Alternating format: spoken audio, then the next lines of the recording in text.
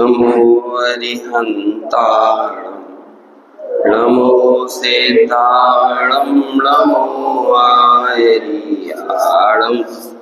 नमो अजाय नमो लोये सवसागुणं मंगलम भगवान वीरो मंगलम गौतमगणे मंगलम कुंद कुंदाद्यो जैन धर्मोस्तु सर्वमंगल मांगल्यं सर्वकल्याणकारकं प्रधानं सर्वधर्माणां जैनं जयतु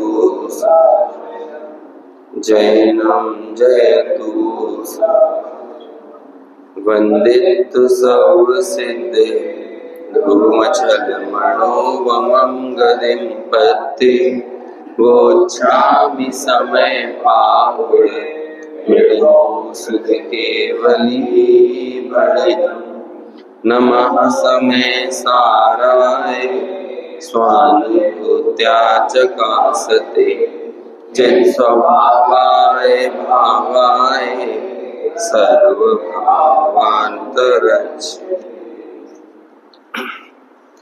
समय सार ग्रंथाधिराज कर्ता कर्म अधिकार में अपनी चर्चा 79 गाथा तक के विषय पर हो चुकी है और अब हमें यहाँ पर गाथा 80 से लेकर गाथा 82 3 गाथाओं का ये युग्म है, इसके ऊपर चर्चा करना है। गाथा की उत्थानिका में आचार्य अमृतचंद्र ने प्रश्न खड़ा किया कि यद्यपि जीव के परिणाम को, पुद्गल के परिणाम को अन्योन्य परस्पर निमित्त मात्रता है, तथापि उन दोनों को कर्ता कर्मपना नहीं है।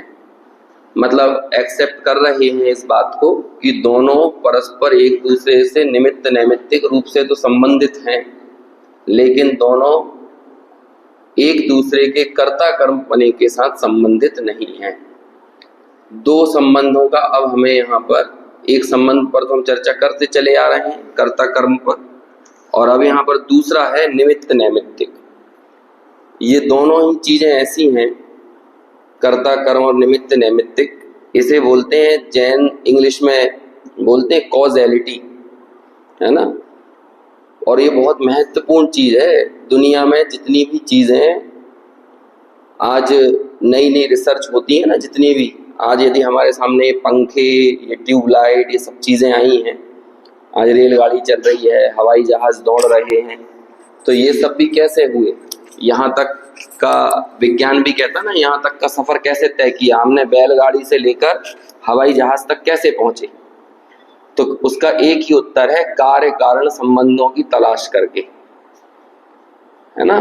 कि यदि जैसे गति का नियम पता किया, स्थिति का क्या नियम होता है वो पता किया, हवा कैसे काम करती है, अग्नि कैसे काम करती है, भाप कैसे काम करती है, और भाप की शक्ति का इस्तेमाल किस तरह से किया जा सकता है, फिर बाद में भाप की शक्ति का इस्तेमाल करके गाड़ी चला दी, इंजन चला दिया, रेलगाड़ी दौड़ने लगी।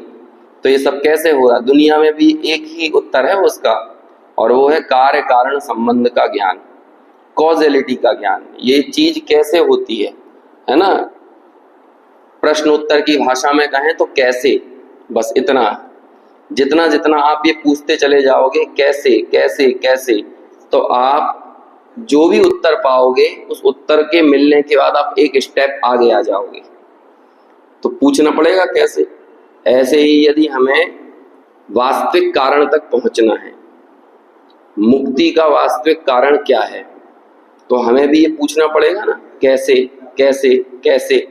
तो जब आप ये कैसे कैसे लगाते चले जाओगे तो बाकी सब चीजें इफ बट होके नेग्लिजेंस होती चली जाएंगी, हटते चली जाएंगी स्वयं। और आखिर में एकमात्र चिन्ह मात्र ज्योति, चैतन्य ज्योति सहज स्वयमेव प्रकाशमान हो जाएगी। और जब वो स्वयमेव प्रकाशमान होगी ना, उसके बाद कैसे ये नहीं पूछ सकते आप, क्योंकि उसमें फिर कैसे का गुंजाइश ही नहीं बचेगी। तो वो कहलाता है एक वास्तविक त्रिकाली उपादान। तो ये निमित्त उपादान की चर्चा इतनी जरूरी है कि इस निमित्त उपादान की चर्चा में नए जुड़े हुए हैं। यदि आप निमित्त उपादान को अच्छे से नहीं समझते तो आप कभी भी नए को भी नहीं समझ पाएंगे। जैसे एक उदाहरण के तौर पर देखें कि एक होता है अंतरंग निमित्त और एक होता है बहिरंग निमित्त। जो अंतरंग निमित्त है ना, जब भी अंतरंग निमित्त को कारण बनाया जाता है तो जिस नए से हम कथन करते हैं अंतरंग निमित्त को कारण बनाकर, वो कहलाता है सद्भूत व्यवहार नय। और जब हम बहिरंग निमित्त को कारण मानकर कथन करते हैं, और कथन तो किए ही जाते हैं, वो कथन गलत नहीं होते, सही होते हैं। बहिरंग निमित्त को कारण बनाकर जब आप कथन करते हो तो वो कहलाता है असद्भूत व्यवहार नय। अब देखो और आगे बढ़ो, बहिरंग निमित्त में जब नजदीक के बहिरंग निमित्त को मुख्य करके हम कथन करते हैं तो वो कहलाता है अनुपचरित असद्भूत व्यवहार नय। और जब हम दूर के बहिरंग निमित्त को मुख्य करके कथन करते हैं तो वो क्या कहलाता है, उपचरित असद्भूत व्यवहार नय। ऐसे ही जब हम नजदीक के अंतरंग निमित्त की बात करते हैं, मतलब अंतरंग में भी नजदीकी होती है, हाँ होती है बिल्कुल, है ना। जैसे आत्मा के विकारी भाव, ये क्या हो गए, इनसे भी अंतरंग संबंध है। और आत्मा के गुण पर्याय, इनसे भी अंतरंग संबंध है। लेकिन चूंकि हम संबंध बताने में भेद स्थापित कर रहे हैं तो वो क्या कहलाएगा, भेद स्थापित करने से व्यवहार कहलाएगा। तो जैसे जैसे हम और नजदीक नजदीक आते जाते हैं तो वो क्या कहलाने लगता है, सद्भूत तो है लेकिन अनुपचरित भी है। अब देखो उपादान का जब हम कथन करें, और उपादान का कथन करते हुए जब हम क्षणिक अशुद्ध पर्यायों का कथन करें, यानी अशुद्ध उपादान का कथन करें, अशुद्ध उपादान को कारण बनाएं, तो कौन सा नय हो जाएगा, अशुद्ध निश्चय नय। क्योंकि एक समयवर्ती पर्याय का परिणमन, ये बिल्कुल नियम क्या कहते हैं, पंचास्तिकाय में कई कई गाथाएं हैं एक बात को बताते हुए, और अभी समय सार में भी आएंगी। जिस भाव से परिणत जो वस्तु जिस भाव से परिणत होती है वो वस्तु वही होती है। अब पर जो परिणत है ना उसे ही क्या कह रहा है, वो वही है। समझ में आया, मतलब क्रोध परिणत आत्मा कौन है, क्रोध है, क्रोधी नहीं, क्रोध परिणत आत्मा क्रोध है। समझ में आया। मान परिणत आत्मा क्या है, मान है। अभी समय सार में आएंगे। अभी देखो अभी अपन क्या चर्चा कर रहे थे कि जो भावक, जब भावक मेरा नहीं तो उस भावक के निमित्त से होने वाला भावे भी मेरा नहीं। हालांकि उस कथन में निमित्त खुद जोड़ दिया गया था कि भावक निमित्त है और भाव्य रूप परिणमन होना नैमित्तिक है। ये कॉन्सेप्ट ऐसा है, यदि ये क्लियर नहीं होगा तो कथनों को आगे जो भी हम चर्चा करेंगे वो समझना बड़ा मुश्किल है। हमें शुद्ध त्रिकाली उपादान तक पहुंचना है। जो शुद्ध त्रिकाली उपादान है ना, जो उत्पाद व द्रव्य निरपेक्ष होता है, जो निर्मल और अनिर्मल पर्यायों से निरपेक्ष होता है, वो है परम शुद्ध निश्चय नय का विषय। और उसके पहले के जितनी भी कथन हैं वो सब किस में चले जाते हैं। यदि आप परम शुद्ध निश्चय नय की दृष्टि से देखोगे तो उसके नीचे के सारे कथन व्यवहार, क्योंकि जब ऊपर का नय खड़ा हो जाता है तो उसके लिए नीचे के नय अपने आप ही व्यवहार हो जाते हैं। अब देखो, वर्तमान अशुद्ध पर्याय से परिणत आत्मा क्या है, अशुद्ध ही है। तो ये कौन से नय से कथन हो गया, अशुद्ध निश्चय नय से। और शुद्ध पर्याय से परिणत आत्मा शुद्ध है, तो ये कौन से नय का कथन हो गया, शुद्ध निश्चय नय का। लेकिन शुद्ध निश्चय नय में कौन सा नय होगा, एक देश शुद्ध निश्चय नय। और अच्छा, और ये मैंने जो दो कथन आपके सामने अभी किए, शुद्ध निश्चय, शुद्ध उपादान परिणत आत्मा शुद्ध और अशुद्ध उपादान परिणत आत्मा अशुद्ध। अब प्रश्न ये है कि ये जो मैंने कथन किए, ये मैंने त्रिकाली उपादान को मुख्य करके किए या तत्समय की योग्यता को, क्षणिक उपादान को मुख्य करके किए, क्षणिक उपादान को लेके। क्योंकि त्रिकाली उपादान जो है ना वो निष्क्रिय है। जो समय सार जिस तरफ हमको ले जा रहा है, दृष्टि का विषय जो है वो कौन है, वो तो निष्क्रिय तत्व विशेष है। इसलिए जब हम उस निष्क्रिय तत्व की, यानी क्या कहें, जो मूल जो द्रव्य स्वभाव है, जब हम उसकी बात करेंगे तो ये सारी पर्याय परिणत बातें, ये सब क्या हो जाती हैं? ये व्यवहार हो जाती हैं। अब कहना तो पड़ेगा, कार्य हो रहा है तो कैसे हो रहा है? तो देखो, अब दो उत्तर होंगे इसके। या तो आप कहोगे कि उसकी अपनी योग्यता से हो रहा है, और दूसरा, यदि उस तत्समय की योग्यता को अभी मुख्य नहीं करना है तो वो कार्य हो रहा है तो उसका कारण कौन है? कोई कारण तो होगा ना, कोई ठोस वस्तु जिसमें से, जैसे कि अभी उदाहरण दे रहा हूं, है ना, हालांकि पुद्गल द्रव्य का ही उदाहरण है कि शक्कर से बनने वाली जितनी भी मिठाइयां होंगी वो किस रूप होंगी? मीठी ही होंगी ना। और नमक से बनने वाली जितनी भी वस्तुएं होंगी वो कैसी होंगी? या इसके लिए समय सार में उदाहरण आएगा, सोने से बनने वाले सर्व आभूषण स्वर्णमय होंगे और लोहे से बनने वाले सर्व आभूषण कैसे होंगे? लोहमय ही होंगे। तो जो लोहमय आभूषण बन रहे हैं उनका कारण कौन है? और स्वर्णमय आभूषण बन रहे हैं उनका कारण कौन है? सोना। तो जीव के जितने भी परिणाम हैं, चाहे वो अशुद्ध रूप दिख रहे हो चाहे वो शुद्ध रूप है, उनका कारण कौन है? जीव है ना। यदि हम ऐसा देखते हैं, और यदि उस कार्य का वास्तविक उत्पादक देखा जाए तो वो कौन है? उसकी तत्समय की योग्यता। देखो, अभी मैंने एक साथ आपको निमित्त उपादान के दो भेद करके और निमित्त के दो भेद करके और उपादान के दो भेद करके चार कथन आपके सामने रखे, समझ में आया? और ये चारों ही बातें असत्यार्थ हैं सर्वथा, ऐसा नहीं है। जब तक बाह्य निमित्त का कथन चल रहा है और बाह्य निमित्त के सामने अंतरंग निमित्त खड़ा नहीं है, तब तक बाह्य निमित्त सत्यार्थ है। अंतरंग निमित्त खड़ा हो जाने पर बाह्य निमित्त दुबक जाता है। अंतरंग निमित्त जब तक खड़ा हुआ है तब तक वो सत्यार्थ है, लेकिन जहां उसके सामने उपादान खड़ा हो जाए, चाहे वो अशुद्धि ही क्यों ना हो, तो क्या होता है? अंतरंग निमित्त दुबक जाता है। और जब त्रिकाली उपादान खड़ा हो जाता है तो कहते हैं पर्याय परिणत शुद्ध और अशुद्ध दोनों उपादान दुबक जाते हैं। सिर्फ कौन रह जाता है? त्रिकाली उपादान। ये ठीक वैसा ही है कि यदि एक पिता के 3 बच्चे हों, है ना, बड़ा मंझला छोटा, तो छोटे बच्चे का नाम यदि कार्ड पर लिखा हुआ है ना, तो मंझला भी शादी में इनवाइटेड नहीं है और बड़ा भी नहीं है और पिताजी तो है ही नहीं समझ में आया? लेकिन यदि पिताजी का नाम आ जाए तो सब उसके अंदर गर्वित हैं, फिर तुम सब लोगों की क्या बिसात छोटे बच्चों की। ऐसे ही त्रिकाली उपादान जब आ जाता है तो कहते हैं बाकी सब लोग अभी अपनी अपनी जगह शांति से खड़े रहो। तुम होते होगे कुछ, तुम्हारे को मुख्य करके कथन भी होते होंगे, लेकिन जब त्रिकाली उपादान की बात चल रही है तो उसमें कोई मिलावट नहीं चलेगी। ऐसे ही जब दृष्टि के विषयभूत, परम शुद्ध निश्चय के विषयभूत, जब शुद्ध त्रिकाली उपादान की बात चले तो कहते हैं क्षणिक उपादान की बात मत करो और निमित्त की तो बिल्कुल मत करो। समझ में आया? तो ऐसे ही अभी हम एक कर्ता कर्म की बात कर रहे हैं कि यदि परिणाम कर्म है तो उन परिणामों का कर्ता कोई तो होगा। तो कौन होगा वो कर्ता परिणामों का?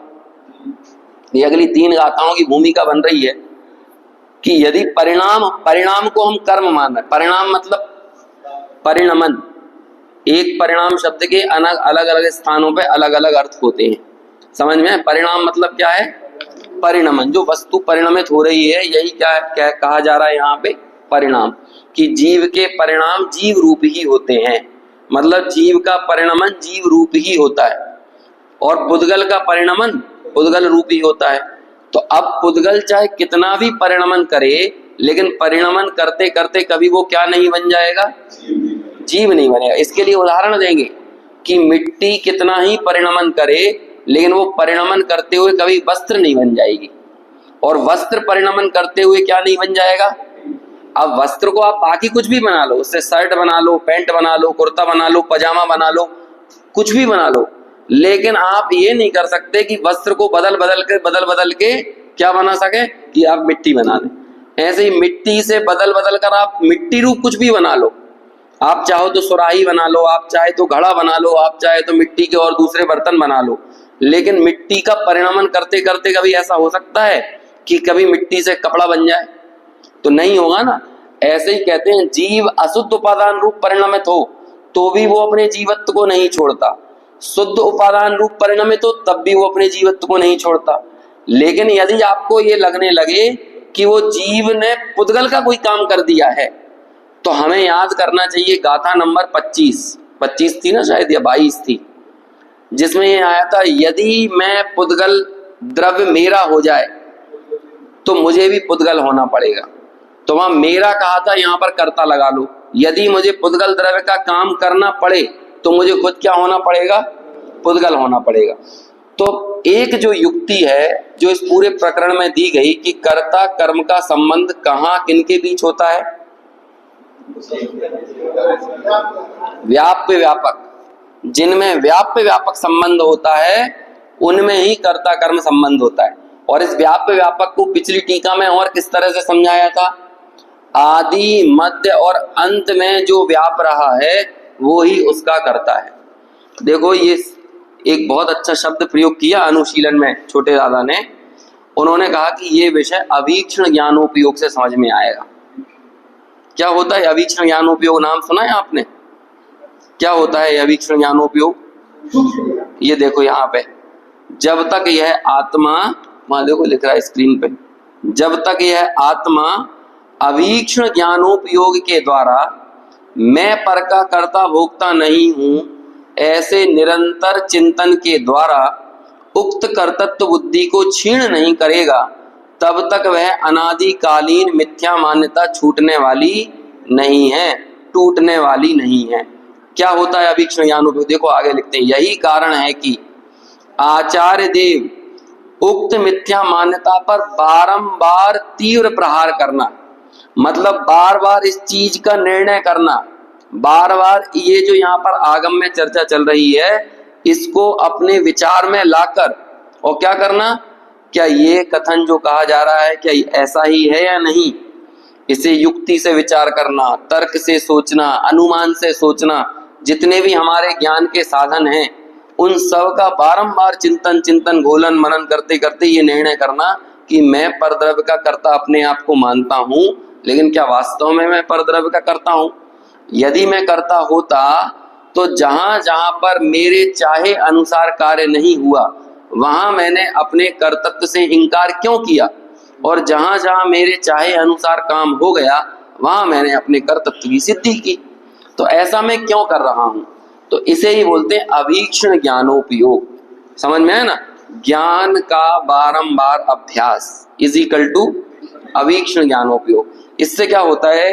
अवीक्षण ज्ञान होता है पैना करना, है ना? उसमें लगा हुआ ना, क्या कहते हैं, जैसे तीक्ष्ण शब्द होता है, ऐसे ये जो ईक्षण शब्द जो है ना ये पैनेपन को दर्शाने वाला है। दृष्टि का पैनापन, ईक्षण, समझ में आया ना? दृष्टि का पैनापन, और उसमें अभी उपसर्ग लग गया तो क्या हो गया? अभीक्षण। समझ में आया? तो अब दृष्टि में पैनापन कब आएगा?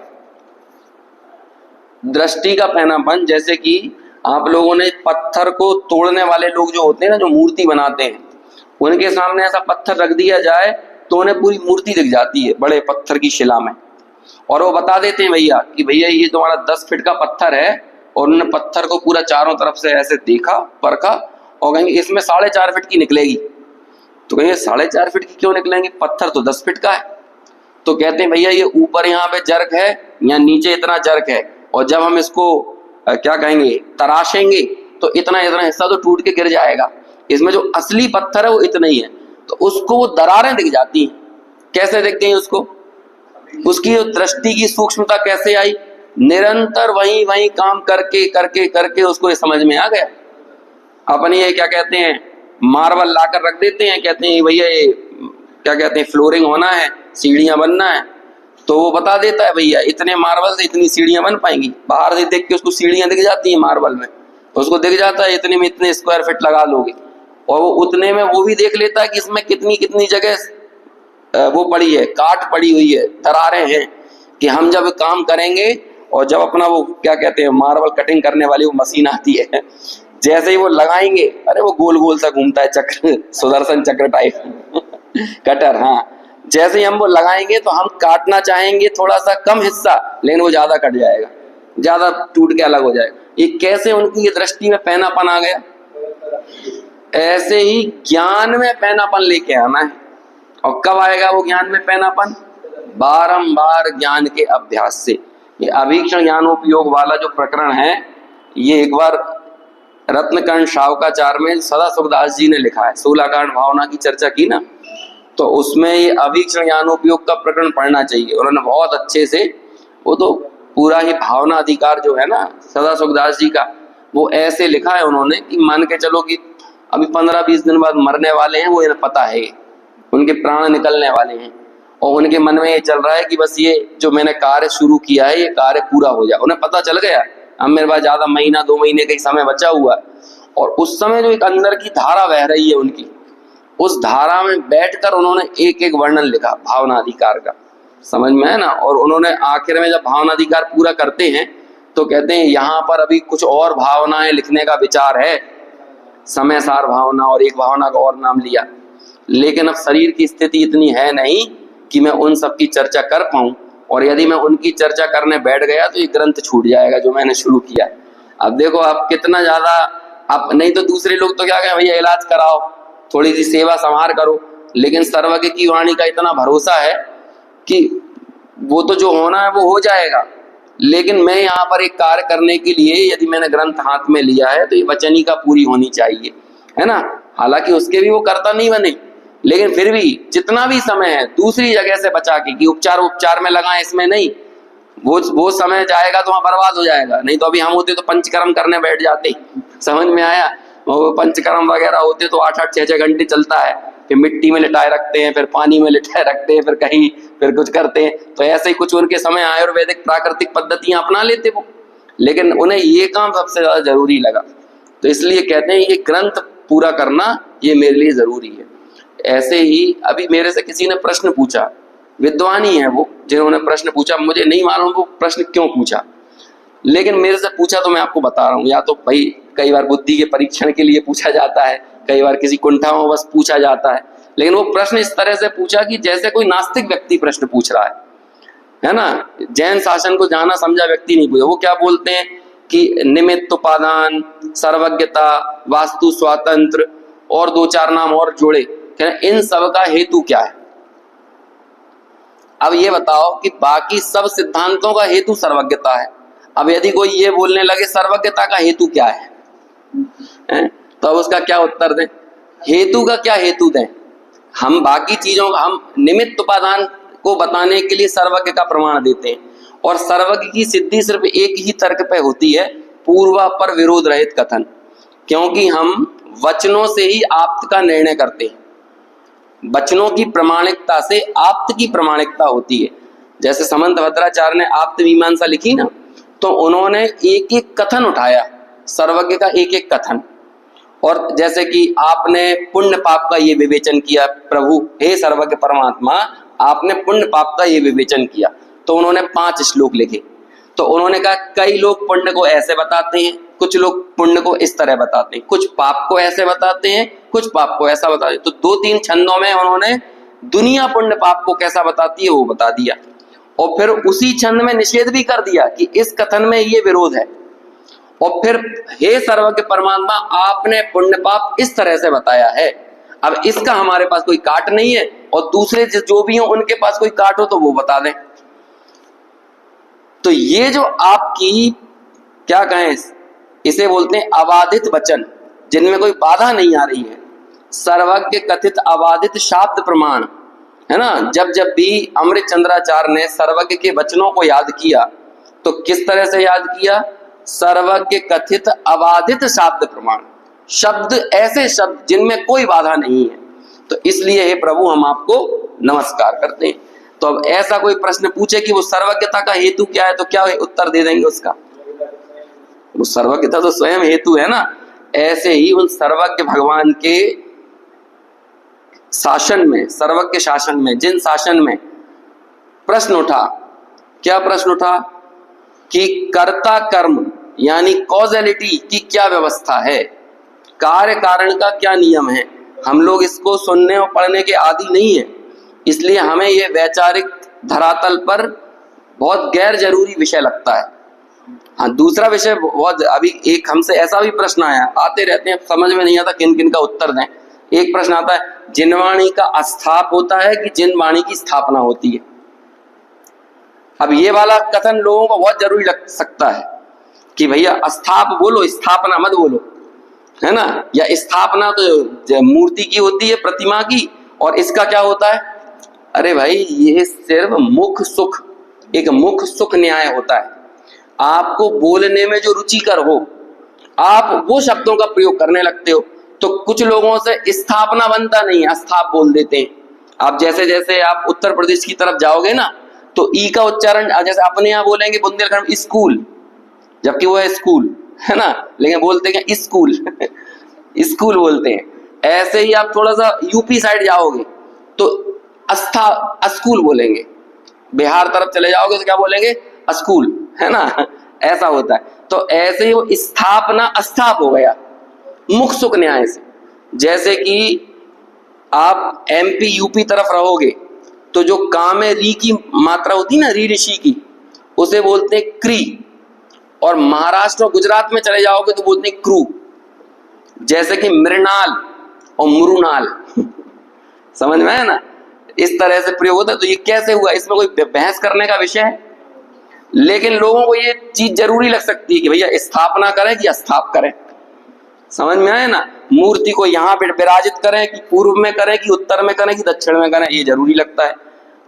पारणा करना हो तो काय से करें, गन्ने के रस से करें कि दूध से करें, ये प्रश्न जरूरी लग सकता है। लेकिन निमित्त उपादान गैर जरूरी लगता है। जबकि इसमें ये निमित्त उपादान की सम्यक समझ का मतलब क्या होता है? स्वयमेव निमित्ताधीन दृष्टि का जाना और त्रिकाली उपादान लक्ष्य में आना, इसलिए वो इतना जरूरी है। निमित्त उपादान मैंने पहले भी कहा था, 70-80 पेज की किताब है छोटे दादा की, लेकिन आप वो निमित्त उपादान किताब पढ़ोगे तो उससे बेसिक कॉन्सेप्ट बहुत क्लियर होता है। तो आगे जो भी चर्चा चलेगी वो समझ में आएगी। अब ये जो 3 गाथाएं हैं, ये एक बात कह रही हैं कि पुद्गल में और जीव में निमित्त नैमित्तिक संबंध है। और 100 बार बुलवा लो हमसे, हाँ है ना, 15 दिन बाद पूछना फिर आके, संबंध है क्या? तो आचार्य फिर बोलेंगे हाँ है, निमित्त नैमित्तिक। साल भर बाद आना, अनंत काल बाद आना, क्यों पुद्गल और जीव में संबंध है? हाँ है ना, निमित्त नैमित्तिक संबंध है। लेकिन जब जब हम ये कह रहे हैं निमित्त नैमित्तिक संबंध है, उस प्रत्येक कथन में हम उपादान उपादेय संबंध नहीं है इसका निषेध भी कर रहे हैं। और उपादान उपादेय का निषेध मतलब कर्ता कर्म संबंध नहीं है, क्योंकि उपादान वास्तविक कारण होता है, निमित्त पर आरोप आता है, कारण नहीं होता।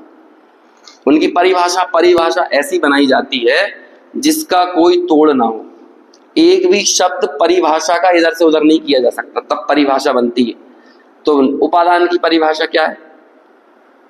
जब वस्तु स्वयं कार्य रूप परिणमे, जब वस्तु स्वयं कार्य रूप परिणमे, सब क्या बोल रहे हैं?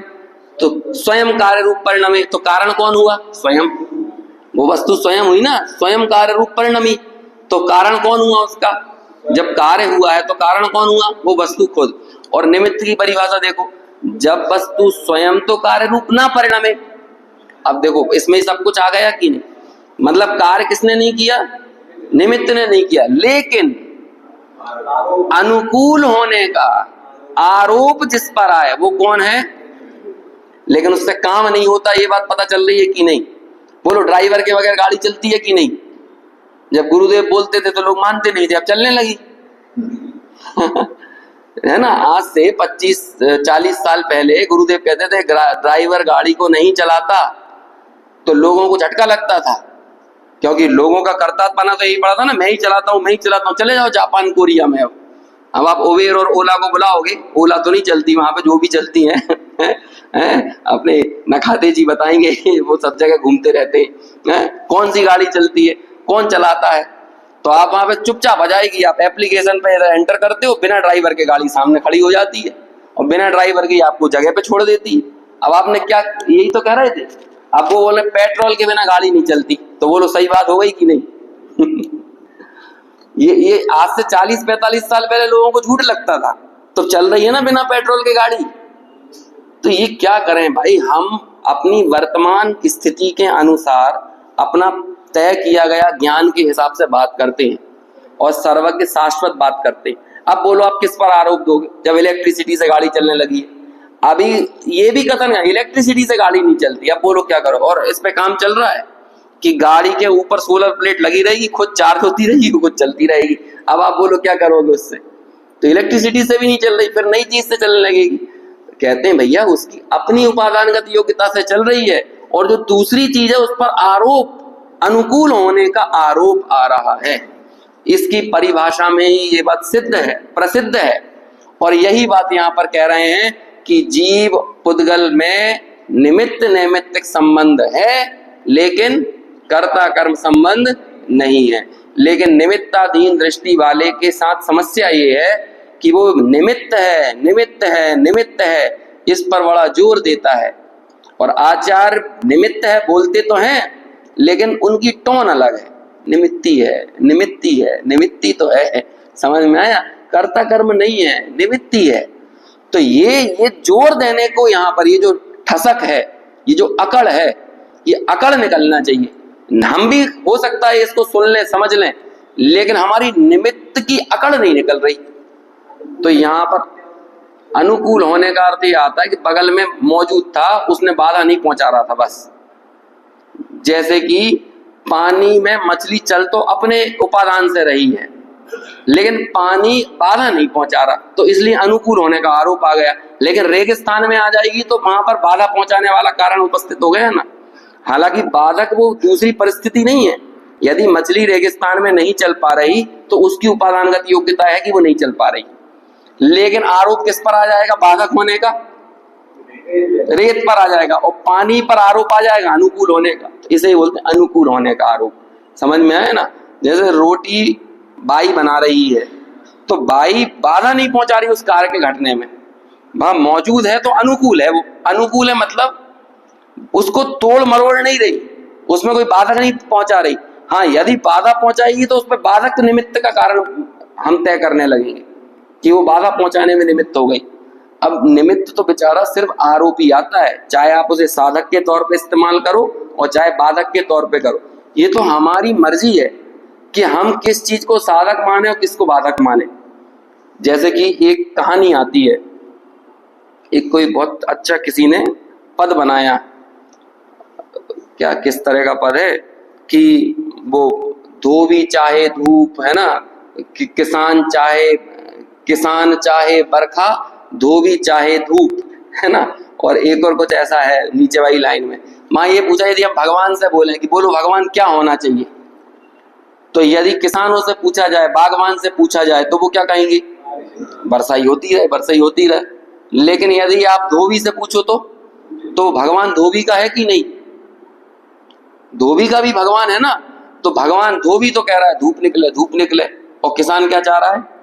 बारिश होती रहे, बारिश होती रहे। और नीचे वाली लाइन में कुछ है, हाँ, कि चोर साहू चाहे साहू यानी दुकानदार, साहूकार चाहे चीखना और चोर चाहे चुप, है ना।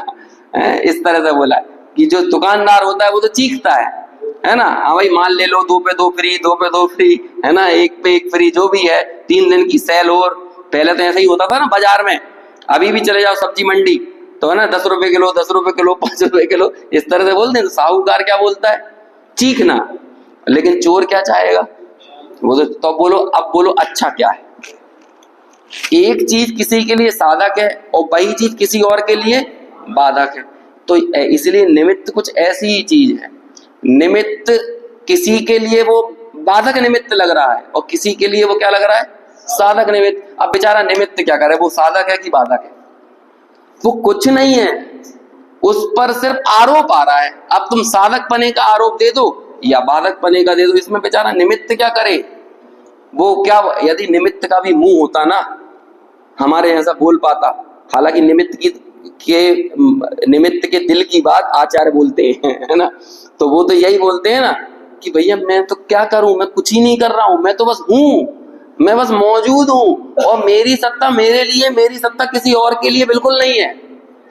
समझ में आया कि नहीं? यदि कोई भी वस्तु पर आरोप आ रहा है तो वो कहते हैं हम तो अपने लिए, धर्म द्रव्य से पूछा जाए कि तुम्हें चलाने का आरोप आता है तुम्हारे ऊपर, तो धर्म द्रव्य क्या बोलेगा? बेचारा बोलता नहीं है। मैं तो बस हूं, मैं कुछ चला वाला नहीं रहा हूं, क्योंकि यदि मैं चलाता तो सब चलते ही रहना चाहिए था। तो इसका मतलब हर वस्तु अपने उपादान से चल रही है ना। मैं तो बस हूं, अधर्म द्रव्य क्या कहेगा? मैं तो बस हूं। अब कोई मेरे होने से यदि रुक जा रहा है तो उसमें मैं क्या करूं? मैं तो बस हूं। बस इसे ही बोलते हैं अस्तित्व की स्वीकृति। ऐसे ही जीव और पुद्गल से परस्पर में हम कर्ता कर्म बना रहे हैं। तो जीव क्या कहे कि वो पुद्गल के लिए निमित्त है, अथवा पुद्गल जीव के लिए निमित्त है? नहीं, दोनों की वास्तविकता ये कि मैं तो बस हूं, और इसका ही नाम है स्वरूप अस्तित्व। इसका ही नाम है उनकी क्या कहें, उनका सादृश्य अस्तित्व और स्वरूप अस्तित्व, मतलब अस्तित्व रूप, बने रहना, टिके रहना, निज रूप से बने रहना ही उनका अस्तित्व है। अब इन छहों द्रव्यों में अपने अस्तित्व को जानने की सामर्थ्य 5 द्रव्यों में नहीं है। अपने अस्तित्व को जानने की सामर्थ्य किसके पास है? और कमाल की बात है, जो जानने की सामर्थ्य है ना, वही उसका अस्तित्व है। अस्तित्व को जानने की, अस्तित्व तो सबका है, लेकिन अपने अस्तित्व को जानने की सामर्थ्य किसी के पास नहीं है। लेकिन जिसके पास अपने अस्तित्व को जानने की सामर्थ्य है, वास्तव में वही उसका अस्तित्व है। यहाँ ये कहना, तो हमारा अस्तित्व क्या है? ज्ञान। इसे बोलना है चैतन्य चिन्मात्र ज्योति, चित शक्ति। बारंबार बारंबार यही हमारा एकत्व विभक्त है। ये चित शक्ति पर द्रव्य से विभक्त है, और ये चित शक्ति स्वद्रव्य से एकत्व को लिए हुए है। इसी का नाम है एकत्व विभक्त भगवान आत्मा। दर्शाऊं में क्या कहते, दाए हम अपनो सभी हवेण तम एयत्त विहत्तम, दाए हम अपनो सभी हवेण। मैं उस एकत्व विभक्त को अपने निज वैभव से दर्शाऊंगा जो है तो, लेकिन तुम्हें दिखाई नहीं देता, और तुम उसमें कहीं ना कहीं से कुछ ना कुछ मिलावट करते रहते हो। तो एक मिलावट यही है कि मैं उस निमित्त नैमित्तिक संबंध को कर्ता कर्म संबंध मान लेता हूं। अब देखो, अब गाथा पढ़ते हैं, है ना, पेज 150। जीव परिणाम हेतुम कम्मत्तम पुग्गला परिणमन्ति,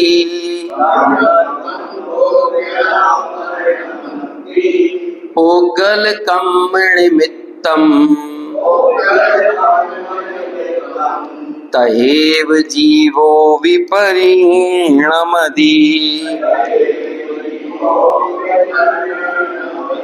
न विकुव्वति कम्म गुणे जीवो कम्मं तहेव जीव गुणे।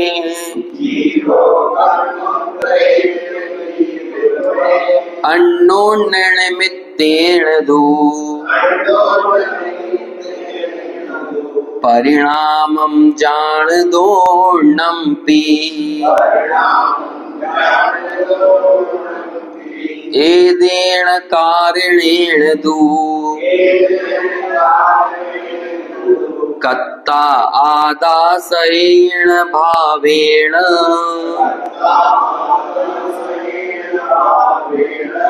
पुग्गल कम्म कदानम् न दुःखत्ता स्वभावाणम्।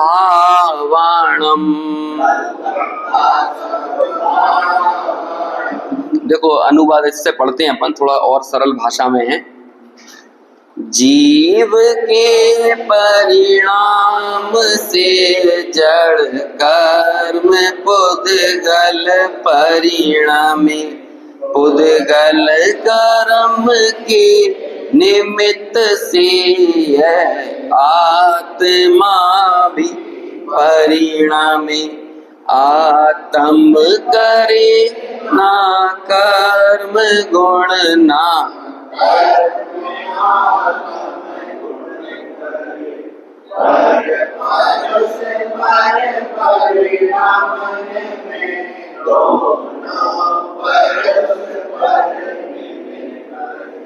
बस इस आत्मा निज भाव का करता कहा।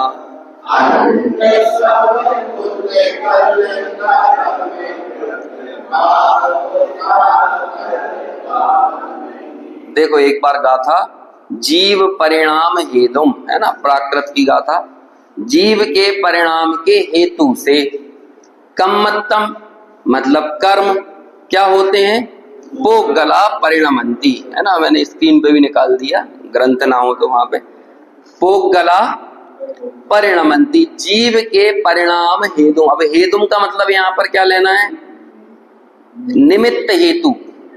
कौन सा हेतु, हेतु तो दो हो जाते हैं, हेतु मतलब कारण, हेतु तो दो होते हैं, कौन कौन से, निमित्त और उपादान दोनों। अच्छा, निमित्त नीचे वाले में तो दिया है, नीचे वाली लाइन में, ऊपर वाली लाइन में निमित्त नहीं दिया, लेकिन ऊपर वाली लाइन में क्या दिया है, हेतु दिया है।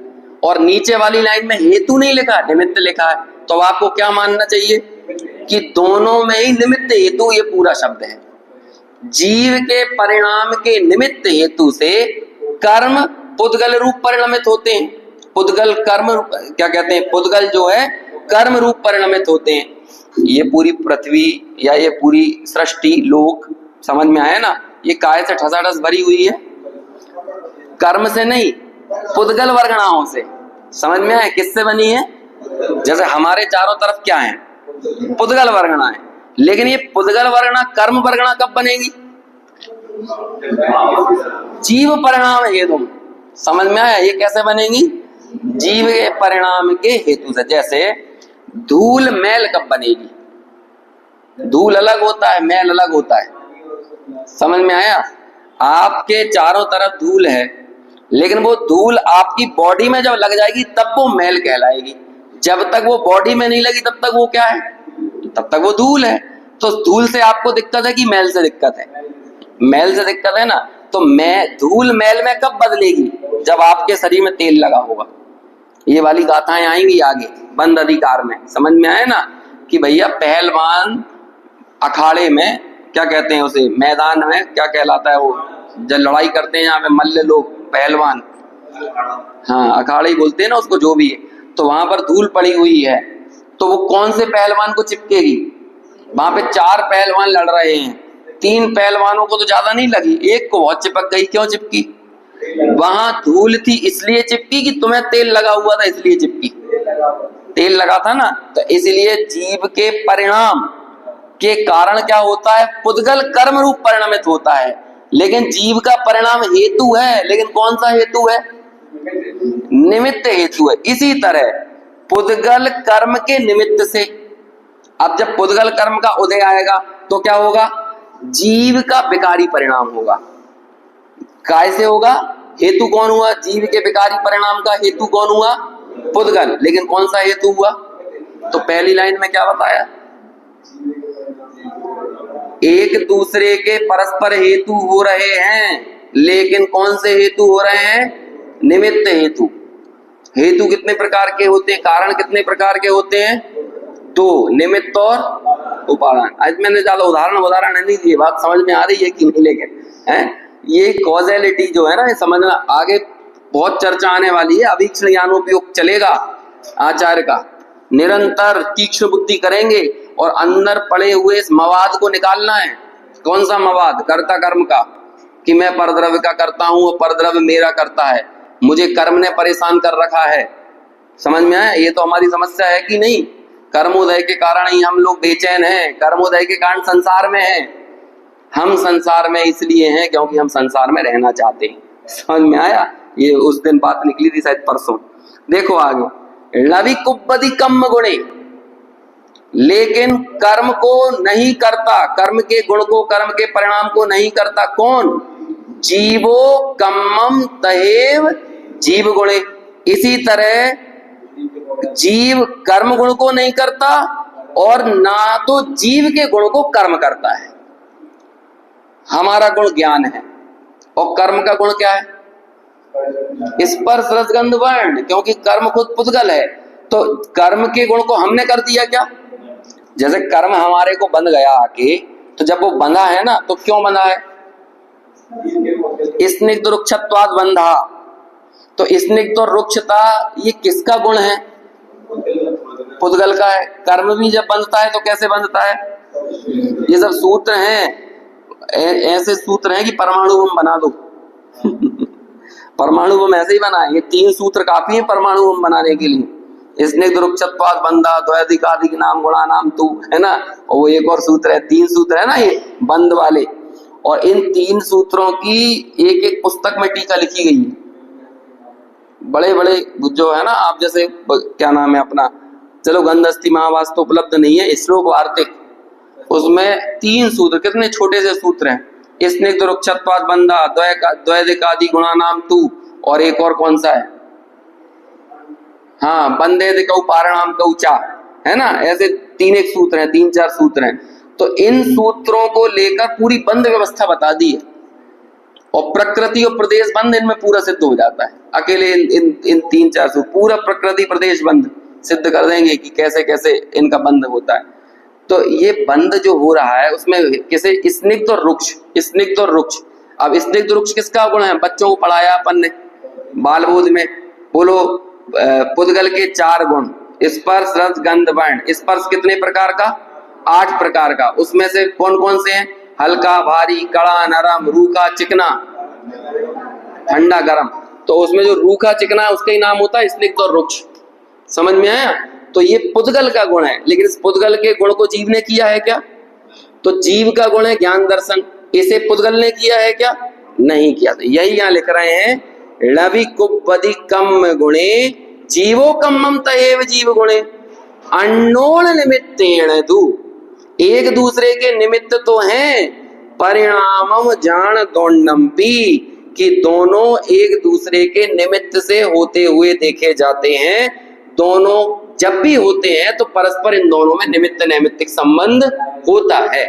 लेकिन आगे कहते एदेण कारणेण दु, इस कारण से एक ने दूसरे को नहीं किया। दोनों एक दूसरे के निमित्त तो हुए लेकिन एक ने दूसरे के गुण नहीं बनाए। इस सिद्धांत के आधार पर हम आपको मूल बात बताते हैं कि एदेण कारणेण दु, कि इस कारण से कत्ता आदासयेण भावेण, कि आत्मा ही स्वयं के भावों का करता है। और पुद्गल कम कदाणम नदु कत्ता सब भावाणम, पुद्गल कर्म कृत सभी भावों का कर्ता आत्मा नहीं है। नदु कत्ता नदु कत्ता नदु कत्ता, पुद्गल कर्मकृत भावों का कर्ता नहीं है, सिर्फ जीवकृत यानी आत्मकृत भावों का ही करता है। ये यहाँ पर हमने गाथार्थ देखा। कल इसकी टीका देखकर इस चर्चा को, है ना, पूर्ण करेंगे। बहुत ज्यादा लंबायमान करने वाली बात नहीं है। सिर्फ निमित्त उपादान की व्यवस्था यदि हमें अच्छे से समझ में आए तो बहुत आसानी से, ये सरलता से ये टीका भी समझ में आ जाएगी। और चर्चा कल कर।